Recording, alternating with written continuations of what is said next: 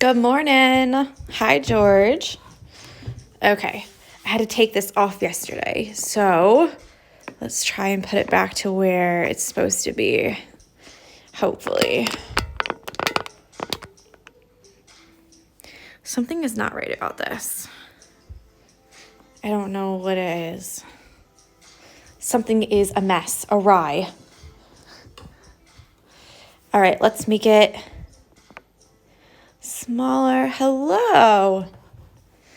All right, so today we're gonna do all the little bits and bobs and then finish up the back of the embroidery hoop. So hopefully we can get through everything today and we'll be done. And you'll have your whole finished hoop to hang on the wall. So that will be amazing.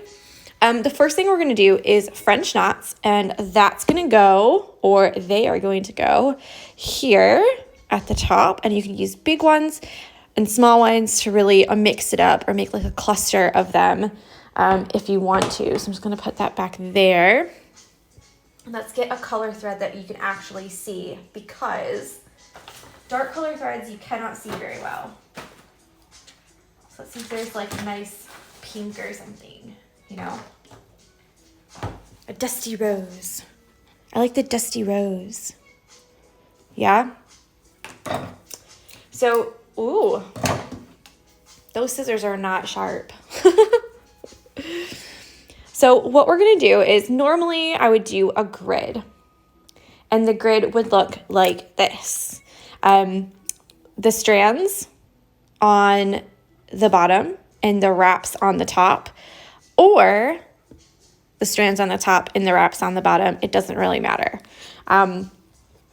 So however you want to do it. I'm going to do 1 strand, 3 strands, and 6 strands, because then you can really see how different all the knots look.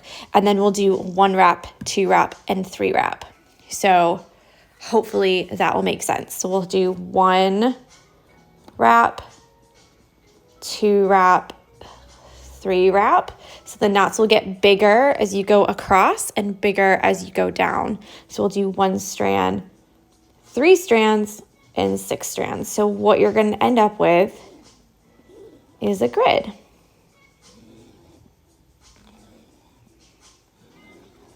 Like this. So let me just pull one of these out. Sorry, I was late today. I had like a phone appointment. So that was interesting. But it finished on time, so I'm glad. So I've got the 1 strand on my needle, and I'm going to show you how to do the French knots. So we'll do a couple at a time, okay? So I'm going to zoom in just a little bit because you need to see both of my hands when I do this. So you're going to come up from the back like this, pull it through. You're going to hold the thread in your left hand. I'll do it if you're left-handed as well. I'll switch them so that you know how to hold it. You're going to put your needle above the thread, so up here, yeah? And wrap it 1 time like that. Not really tight, not really loose either. You need to be able to move your needle, and you're going to put it down right next to where you came up.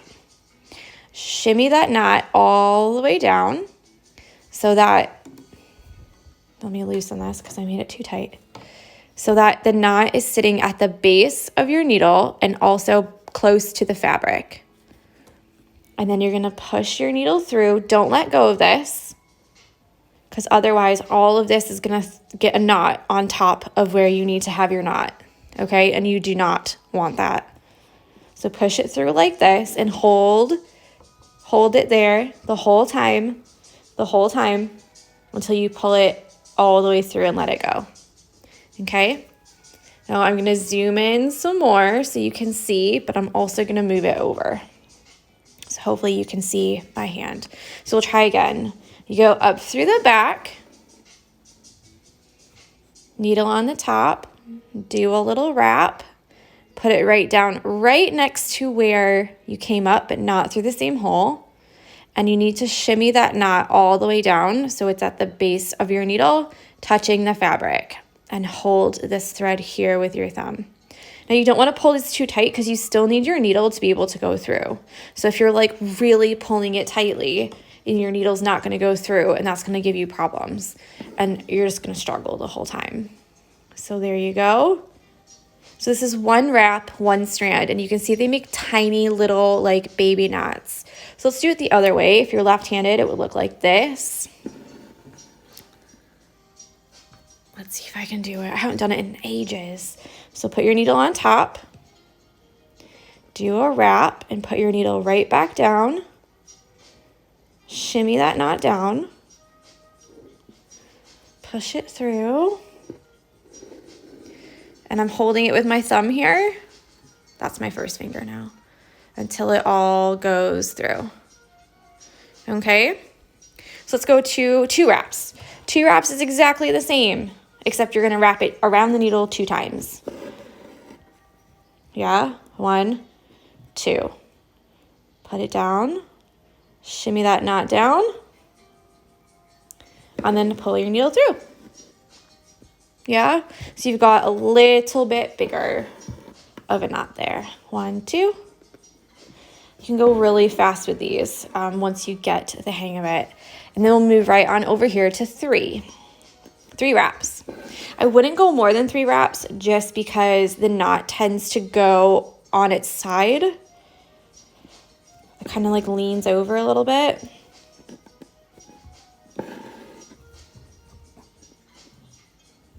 But you can see that the knots are getting bigger the more times that you wrap it, even though it's a little bit hard to see. That's what's happening. So now I'll change to 3. And the reason I'm doing all of these is because you need to see and choose which size knots work the best for you. And this is definitely going to be one of those times where it's you have to choose. So when you go to see the instructions on YouTube or on your IGTV, there won't be a number of threads for the French knots because you need to choose however many that you would like by yourself. So we've got 3 strands now, and we'll do 1 wrap. Now I'm trying to do this a little bit quickly, but also so that you understand, you know? So we've got 3 strands, a little bit thicker, obviously. 1 wrap.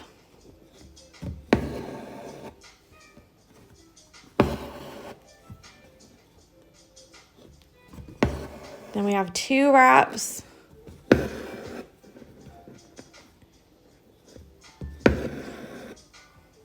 Now, some common things that can happen when you're doing your French knots is that you can pull the knot through the hole. So if you go up through a hole and then down through the same hole, if you pull too hard, you can pull that knot right through to the back.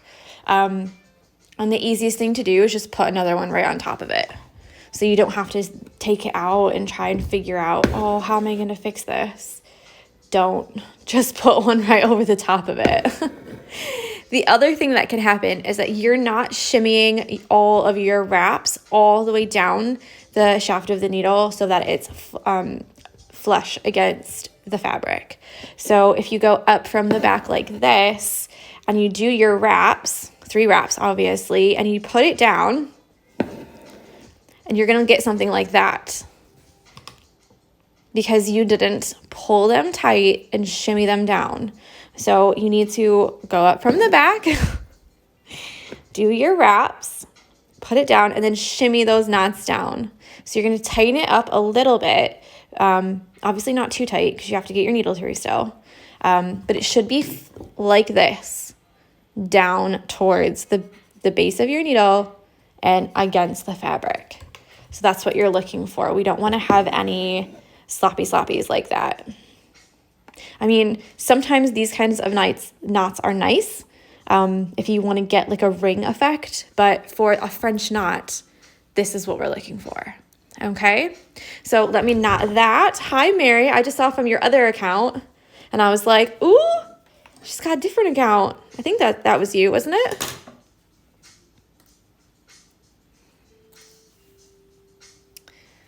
Okay, and then I'm going to fold this in half and make 6 strands so we can complete our grid. So we'll go back to 6 strands and then 1 wrap. And you can see how big and fluffy these get. And a lot of times when you are doing your knots, you might have some thread on your needle already. And these kinds of grids work really well because if you would like a knot that's maybe this size, like 3 wraps and 3 strands, but you won't have 6 strands, you can only do 1 wrap maybe and get the same kind of size knot. Ooh, goodness gracious. So sometimes it's nice to be able to see them all in a grid like this, and you can think, okay, well, I need some really small ones, so I'm going to go for this and this. I should do another one.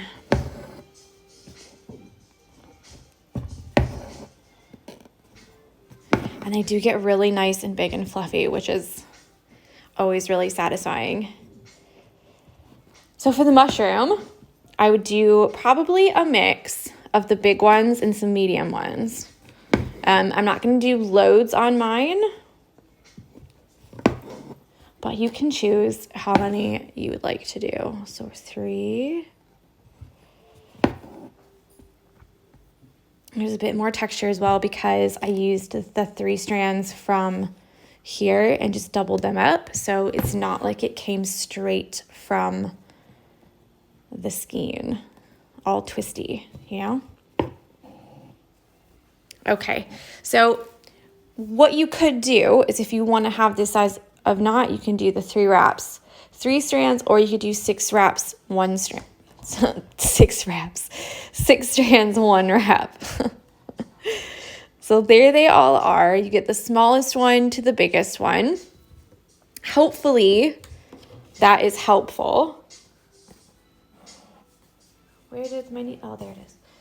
Okay, so we're gonna put the actual hoop back on and see the strands and wrap situation. And a good way to figure out, is it big enough? Is it not big enough?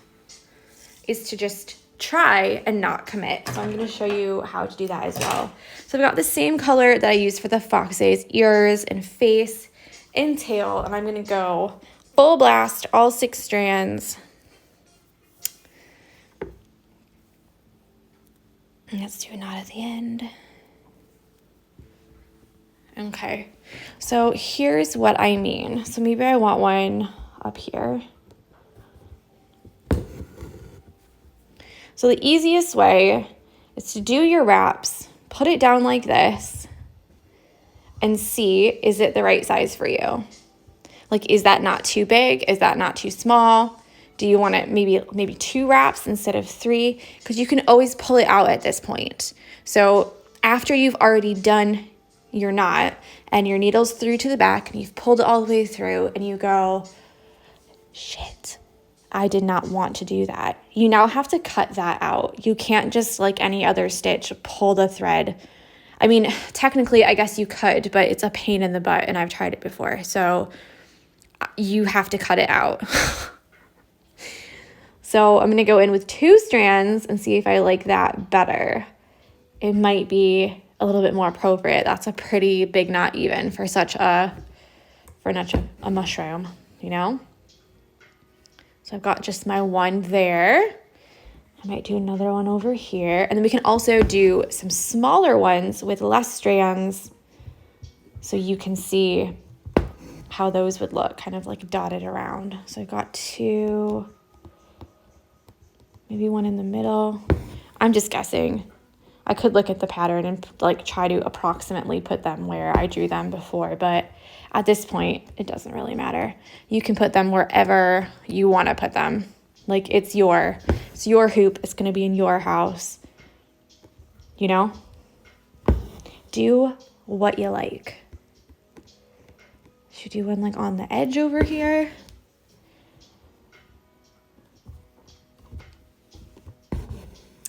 And then I'm going to split my thread so I have less strands and I can make some small ones dotted around close to it. I think that will look really nice. So this is what we've got so far. Just a couple big ones. Obviously you could go crazy and do some more. Put loads in there.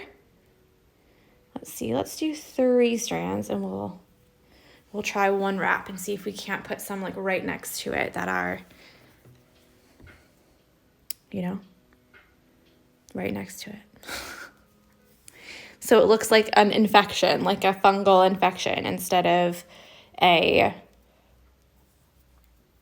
mushroom with polka dots. That's how I want mine to look anyways. So I'm gonna go back to the first one. I've got 3 strands. Let's try 2 wraps like right next to it. So it kind of looks like it's like a growth, you know?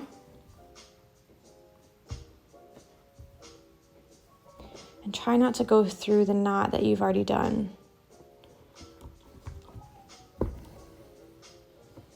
Yeah, something like that.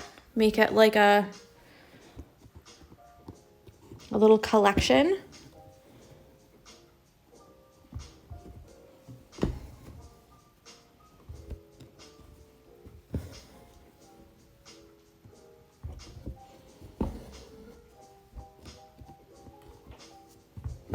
It's hard not to like plan them all out and make them all evenly spaced because you know that mushroom would not be like that. It would not be all evenly spaced throughout. But it's so difficult.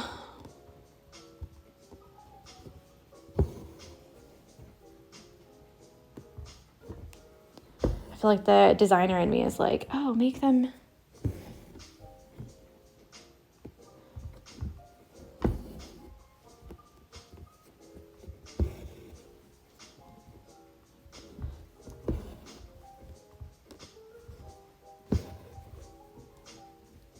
Ooh.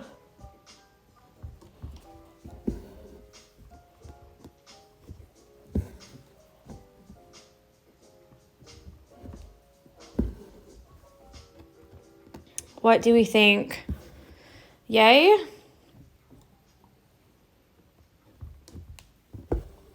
Nay?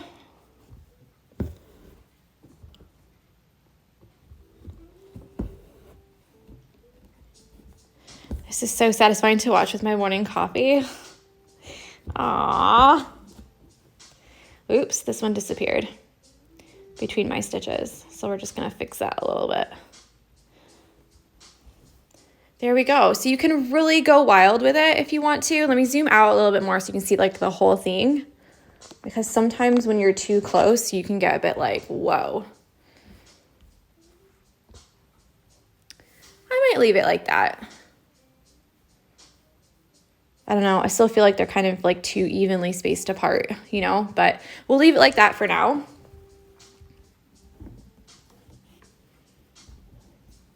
And then we're going to move on to the bottom part. So the bottom part has a line on it, which is like the ground. You don't have to put that in there if you don't want to. As with everything that we do here, if you like it, do it. If not, then just don't. So I've got like a nice brown color.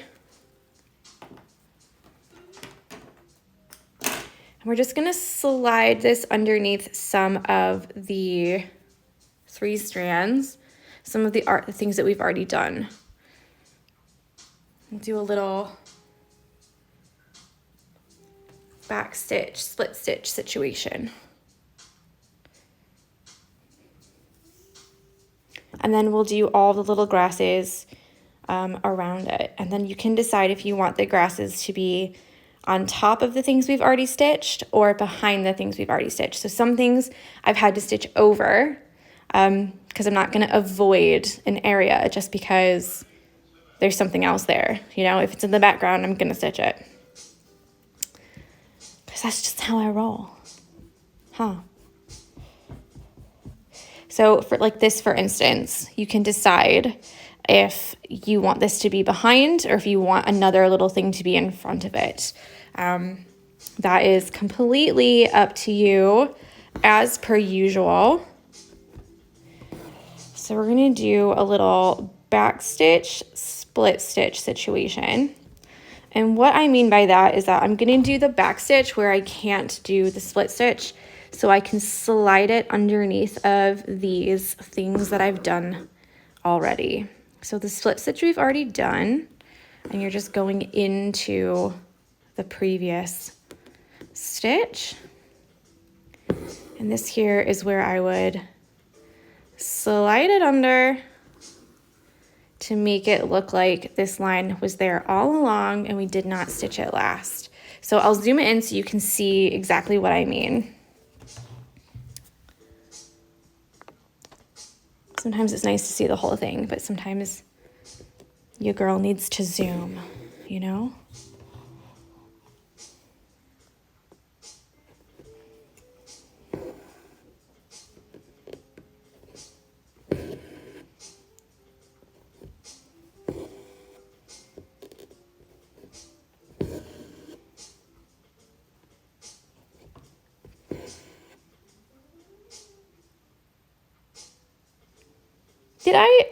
Do you know what I've just realized? I've just ended this leaf there. What goes here? What goes in between these? I've just like not, I've made it go like that and it was supposed to go over top. Oh my goodness. There you have it. Oh, Tori. What are you doing? Now it's like painfully obvious that I've just not stitched the whole thing in the right space.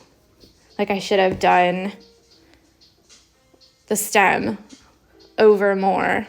Now I'm just gonna end up doing these colors in more. Oh, what a bummer.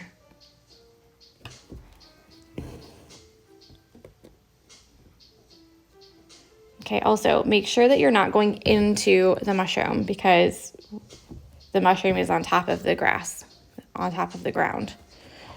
And we're gonna go over to this side and do this little bit.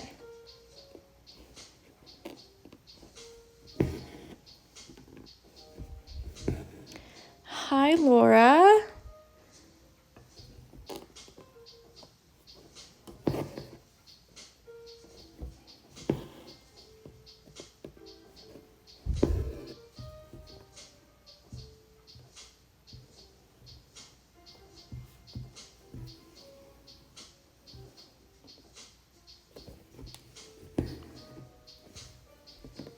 Kimberly, hello, hello.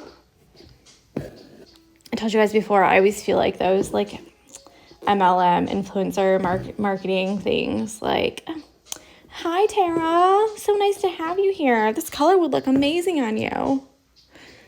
This makes me laugh when I say hi to people, but at the same time, like, I like to say hi to people. Okay, so now my ground is finished. I can add in some of the greenery on top. So I'll zoom out and do that as well. And for these, we're just going to use straight stitches in different colors of green. So this is something that you can work on after this. Like you don't have to be finished right now. And I'm going to use all of the scrap colors because I've been saving them as I go. So these are all the scraps that I ran out of thread, or I finished the section, but I had more thread left. So all of these greens, probably not the cream color, and probably not the brown, and probably not the red. So I'm just picking them out real quick. So all of these greens are what we'll use for the bottom part, and this will tie it all together. So I wouldn't be introducing any new colors at this point. So if you want to do any details, anything like that, this is not a time to be putting brand new colors on your embroidery. This is where you're at the end, you're using what you already have, what you've already have cut, or cutting little pieces off, because you're not going to use very much for this. And this is where you really need to think about where you want things to be. So if you want them to be behind things, then you have to make it look like these things are behind. If you want them to be in front of, then just stitch right over top of it.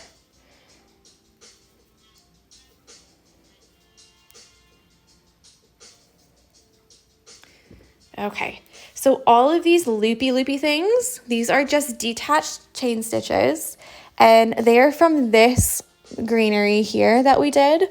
I obviously chose 2 colors, but you could do just 1 color if you wanted. I'm using scrap thread. That's 3 strands. Three strands. And I'm just going to do a couple little detached chain stitches, quite big.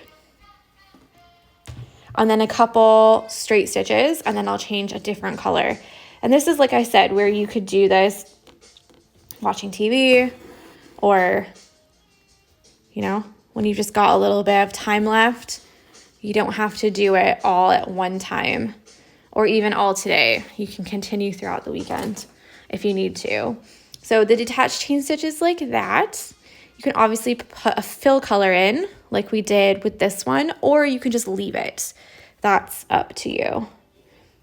I'm just gonna go straight over here and do some straight stitches. What's that? Varying short and long. So some long straight stitches, some short straight stitches. And it will look like all the little grass. I've got a knot. Not typical for me, right? Goodness.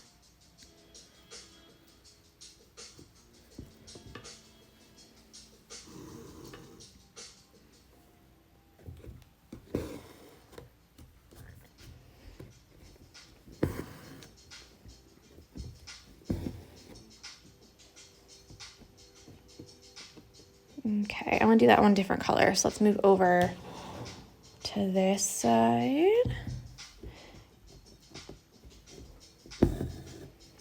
And this is where you can put some things over top of your fox to make it look like the fox is like genuinely sleeping in the grass, or you can leave your fox plain. This is where you have to make a lot of decisions. The time has come for it to set you free, right?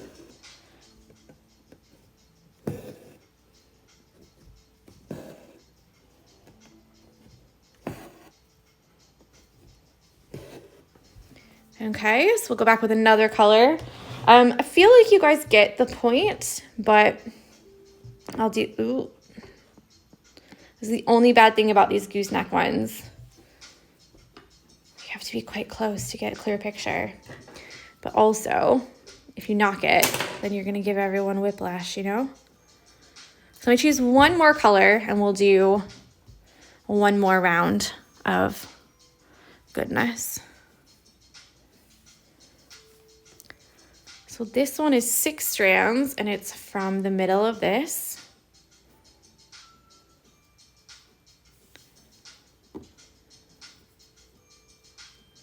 Hi, Debbie.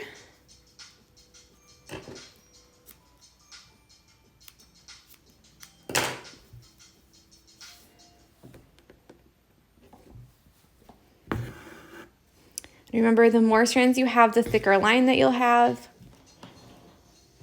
So be a little bit careful about what you do with the thick lines. So if you have a really big long thing, wink, wink, I'm just kidding. But if you have a really big long one like this, maybe you don't want to do 6 strands with that because it'll be really, really bold. Hi, woke up late, darn it. That's okay. I was a couple minutes late anyways because I had that appointment. So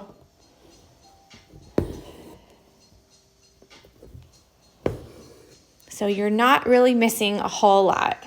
So we've just got a couple different things there. I'll go back with probably one more color and then do the one behind. Let's go over here.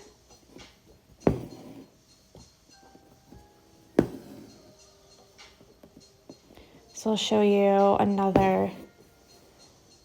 This is a detached chain stitch with the 6 strands, and you can see how much different it looks compared to the one with 3. So that's the 3 strands, and that's 6 strands. So you kind of have to think about what you want to put there.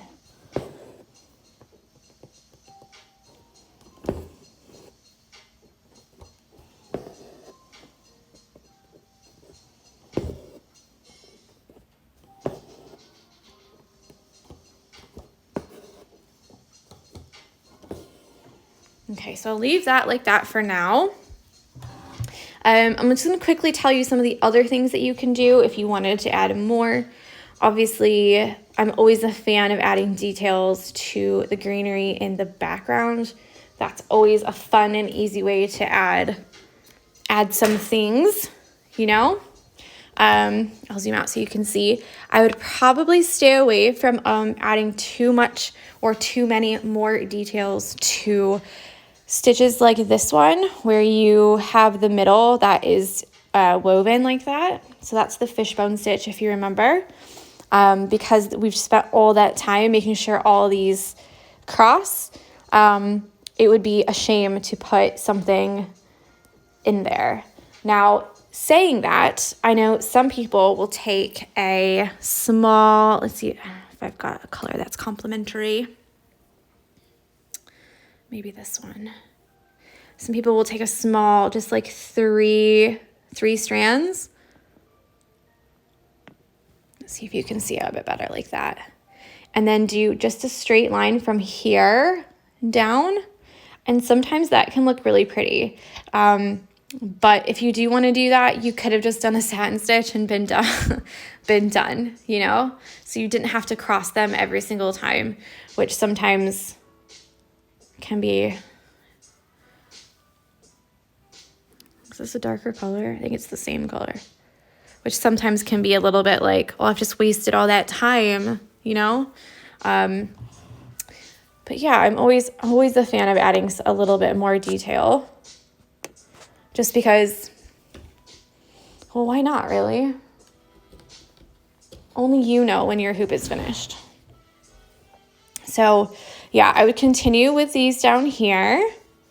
And then if you want to add any other details to any of the other things. So like this one here, you could add some straight lines in, little bursts. Same with this one here. I wouldn't overdo it though. Sometimes it's nice to have some greenery with just one color. So just have a think about that as well. You know, there's a lot of white space behind here as well if you wanted to do another one of like these guys, but behind, you know, or over top. It's up to you. So that's pretty much all. For me, I've obviously got to do another color for the bottom and fill in a little bit more. I've got to finish the outline on my box because he's got half of him done and the other half not. So I've got to finish that before I do the back. But I will show you how to do the back and how I do the back of mine. Obviously, you can leave them, the embroidery hoops. I'll just move this out of the way. You can leave the embroidery hoops. Oh, God, that's heavy. Oh. Falling apart, guys. I'm falling apart. I'm falling apart. So obviously you can leave the fabric and your embroidered fabric in the hoop if you want to. You can also make it into things like a banner. So I'm also working on a banner kit, possibly.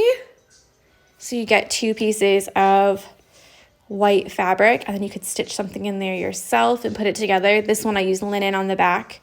It's super old, but I've been meaning to do a cute little banner kit for a long time. So maybe this is the year for Christmas. So you could do something like this with it if you wanted to.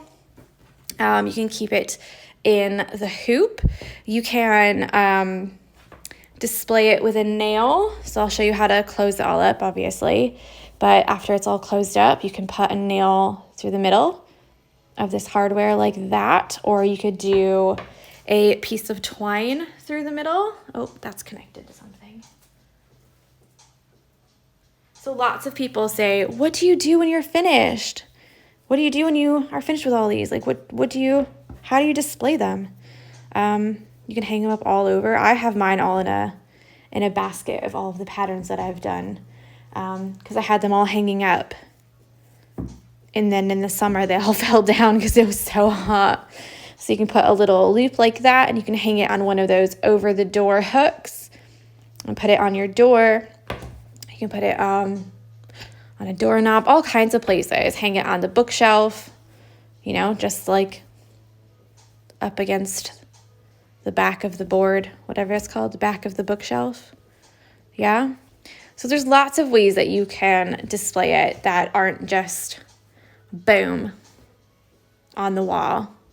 You can do lots of things with the embroidered fabric as well, other than doing the pendant. You can stitch it onto like a jean jacket. You could do pillows. I've done like camera straps before. There's all kinds of different ways. So don't let the circle and the fact that it's already in a frame be like, I guess I'll just hang it up again, because you can always do more stuff to it. So let me show you how to close up the back real quick. I've just got this one here, my really cool sampler of the French knots. So that's fun. I'll close this one up. So the first thing that I like to do is to take my scissors. I like to look at this wherever the smallest point is and cut a circle around that point. I am going to say this is just how I do it. So if you want to do it a different way, you absolutely can. And I'll say a couple other ways that people do it too, so that if this doesn't float your boat, you can pick a different one if you want to. So I like to leave about 2 inches. This is not 2 inches, okay? This is about an inch or an inch and a half, but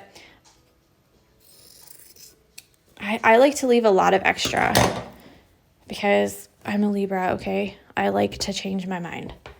So I like to cut, because we've been working on this for 3 weeks. So I like to cut a fresh edge. Some people use the pinking shears. Hi, Eleanor. And they are scissors that have zigzag blades, and it makes it so that your fabric is less likely to fray. So I do have some, but they're from 1975. And they do not work very well. So I need to do the whole aluminum foil trick and make them sharp again. I also need to get some Goo Gone or something, because look at these scissors. Lord almighty. These are not cheap scissors either, but I've been using them for packing, so that's my fault. So this is what we're left with, a nice fresh edge. It's approximately the same all the way around. We're not being scientific here, okay? I'm not going to go around and measure around and make it exactly, I don't have time for that, all right? And I'm sure, we are busy. We are busy people. We don't have time to be doing that. So just guess. Your guesstimate is fine. The next part, I take plain white embroidery thread. Yeah. I use white because it's white fabric, so you can't see it through your fabric to the back. And I let them overlap a little bit like this. Again, not scientific, or I'm not measuring or anything like that. Obviously, I could come up with a way add 4 or 5 inches for every inch of your hoop or something. This works for me, yeah? You just lay it down, let it overlap, and snip it. Then we're going to thread your needle, but don't knot it on the other side. So we're gonna leave a little tail like that, all 6 strands. And we're gonna do a running stitch all around the edge. Now, before we even get started, let me see if I have one of them. Some hoops, they come like this, yeah? So you've got your hardware, you've got your twisty turny thing, the screw at the top. Before we get started, you're gonna check a couple things. So the first thing you're gonna check is, one, is all that crappy blue stuff off your hardware. Now, some hoops have it. Of course, this one, no, this one has a little bit. So I've taken most of it off, it looks like. And to get it off, it's such a pain in the butt, but this is where your tweezers come in handy. So hopefully you got a pair of regular tweezers, like the eyebrow tweezers, but you do not use them for your skin because you're using them for embroidery. Mine have grown legs and walked away. Oh, they're over here. Okay, so you can take an old needle. This is important because it's going to actually dull your needle if you continue to do this. And it's not going to be sharp anymore. But you take an old needle, yeah, and you just push along the edge. And then you can take your tweezers and lift it off. Can you see? Now, I always find that one side comes off way easier than the other one. And that's because they put the blue part on before they put this little circle thing, before they weld that together. Whereas this side, it's just the screw that they put in later, and that's why this side comes off so much easier. So you're always gonna have, if you have the blue part, the blue plastic, you're always gonna have a hard time with that. Apologies. So that's the first thing you need to do. The second thing is make sure your fabric is tight all the way around. So we don't want any like, what's it called? Gaps or like divots in any, what's it called when you like, when you run your finger through and you can see it's like really loose. You want to pull it all the way tight. You want to make sure there's no, I'm just going to say gaps. And you're going to tighten this again one more time. Now, over time, when your fabric is hanging on the wall, your fabric might become a little bit loose again. And that is totally, ripples, yes, thank you. That's totally normal. So I do like this method the best because you can always go back and tighten it a little bit more over time. So we've done our little checklist. My hoop is tight, there's no ripples. All my hardware is clean. I've tightened it up as far as it can go, and I've trimmed all the edges. We're just going to do a really easy peasy running stitch, and I like to go about that far away. And the running stitch is like this. You just go in and out and in and out all the way around on the back. So I'm holding it like this, yeah, and I'm stitching it here. So you go in and out and in and out and in and out all the way around. Now, I used a 7-inch hoop, so that's going to take me a little bit longer than a 4-inch hoop. So that's why I normally do these with smaller hoops, because then you guys don't have to wait like 10 minutes whilst I do it. And you're going to leave a tail there. So don't pull it all the way through, or you're going to undo all the stitches that you've just done. So in and out, all the way around.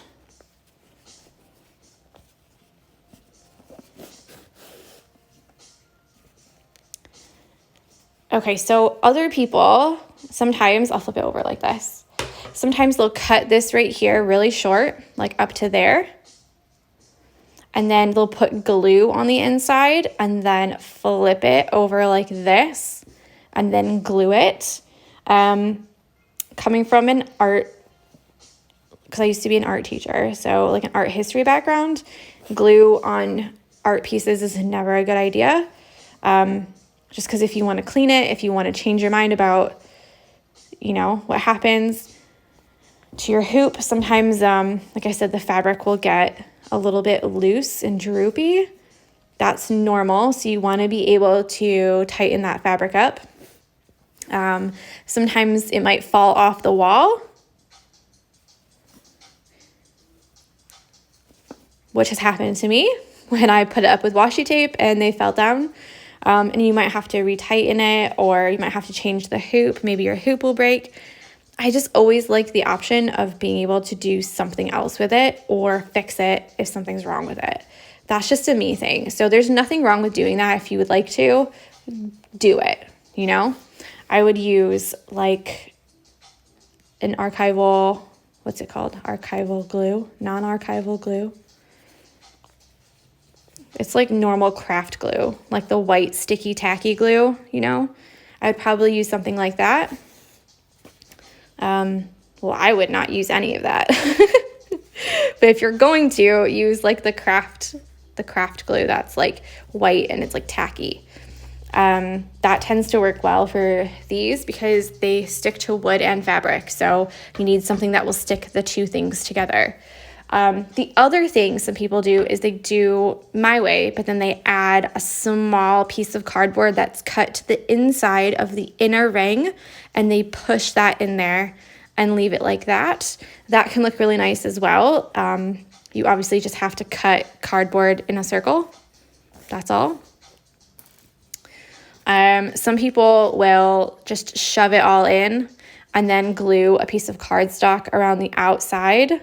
That's a circle. So essentially you'll have this, and then the outside is your piece of cardstock like that. So lots of different ways that you can do it. This is my favorite way because I like to see all of the work I've done on the inside, which would be this part. I think that's really special. Plus I did the work, you know, I want to see it. Not just on the front, but on the back too. I did all of it. Okay, so what we've got here is two pieces of thread like that. Well, it's one piece, but it's both ends, you know. I like to start in the middle, go all the way around, and you're just gonna pull those tight. So I'm just gonna do a little knot like this and pull. Okay, now if you've got someone else in the house and you can put your finger like that and hold it, otherwise you can do like this.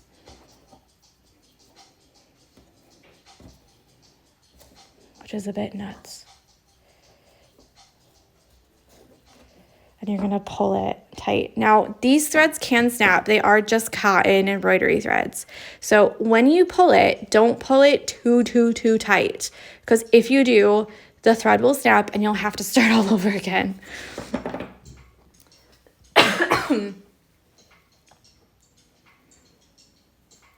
Okay, so that's my third knot just for, you know, just to make sure. And then I like to do a little bow on the back and then snip the extra threads. Is that my watch telling me I need to go walk around because standing in one place for too long. Okay, so there's the back, there's the front. So it almost gives you like another layer all the way around. And then from here, you can do the things that we previously spoke about, like putting a nail in the wall to have just a circle on the wall, or you could do the string or twine to make it look like you can hang in from something. Yeah. Am I missing anything? I think that might be it, guys. So this was the Foxy Stitchalong. That's it. We're finished. I've put a survey up in my stories.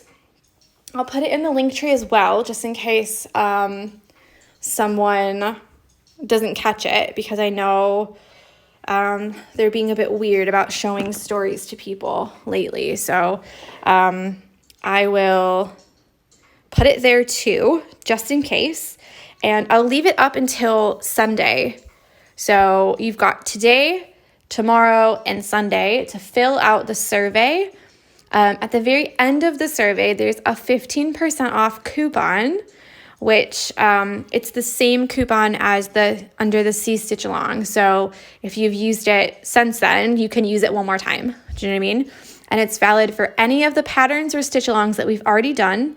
And then later today, I'm going to put up the new stitch along. So if you haven't seen it yet, it's this one. So it's going to be called the Cozy Cabin. There's an option to have your own personalized thing that I'll write for you. put in the banner. And then there's also an option with no banner in case you did not like it. So 2 different ways that you can stitch it. I'm going to do this one because it has all of the steps. So obviously when we do the banner, just don't stitch that part.